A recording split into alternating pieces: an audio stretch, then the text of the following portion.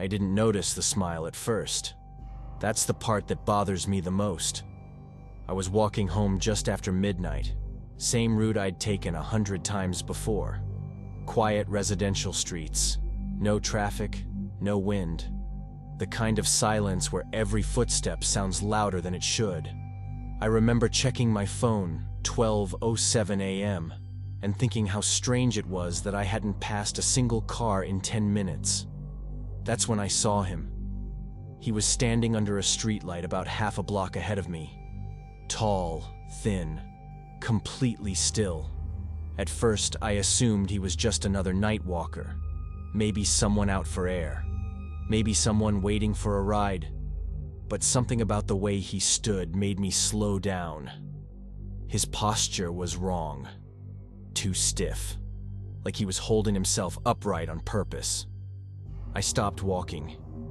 He didn't move. The streetlight flickered once, and that's when I saw his face more clearly. He was smiling. Not a friendly smile. Not even a creepy grin at first glance. Just wide. Too wide for his face. His lips stretched back far enough that I could see the edges of his teeth even from a distance. And he wasn't blinking. I told myself I was projecting. That my brain was filling in details that weren't really there. Night does that to people. Silence does that. So I took a step forward. That's when he moved. Not toward me. He stepped sideways, slow and deliberate, keeping his eyes locked on mine the entire time. The smile never changed. That's when the fear hit. Not panic. Not yet. Just that cold realization that something about this situation wasn't normal. People don't move like that. They don't stare without breaking eye contact. And they definitely don't smile like that at strangers in the middle of the night. I turned around and crossed the street. I didn't run. I didn't want to look scared. I just wanted distance. I walked for maybe 20 seconds before I made the mistake of looking back. He was walking now. Not fast. Not slow. Wrong. His arms hung stiff at his sides.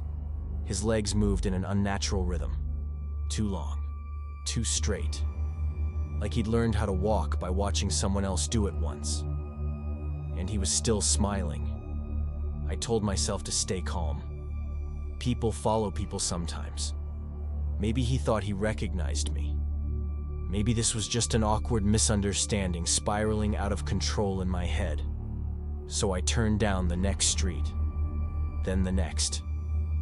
I didn't hear footsteps behind me. That was worse.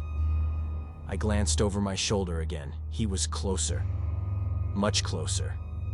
Close enough now that I could see his eyes clearly. Wide, unfocused. Like he wasn't looking at me, but through me. I stopped walking. So did he. The streetlight above us buzzed softly. Neither of us spoke. That's when I noticed something I wish I hadn't. His smile wasn't changing because it wasn't a reaction. It was fixed. Like his face didn't know how to do anything else. I took a step backward. He took one forward. Same distance. Same timing. That's when I ran. I didn't look back. I didn't slow down. I cut through yards, hopped fences, ran until my lungs burned and my legs felt like rubber. When I finally reached my apartment building, I slammed the door behind me and locked it. I stood there in the dark, listening. Nothing. No footsteps, no breathing, no sound at all. I told myself I was safe. I didn't sleep that night. The next morning I convinced myself it had been stress, a hallucination, my brain misfiring in the quiet. Until I talked to my neighbor. She stopped me in the hallway and asked casually, "Hey, did you see that guy last night?" My stomach dropped. She described him before I could say a word. Tall, thin, late night, streetlight. And then she said it. He was smiling, like, way too much. She said he followed her for 3 blocks before she ducked into a store. Said he never said a word, never changed expression, just watched. I went online that night.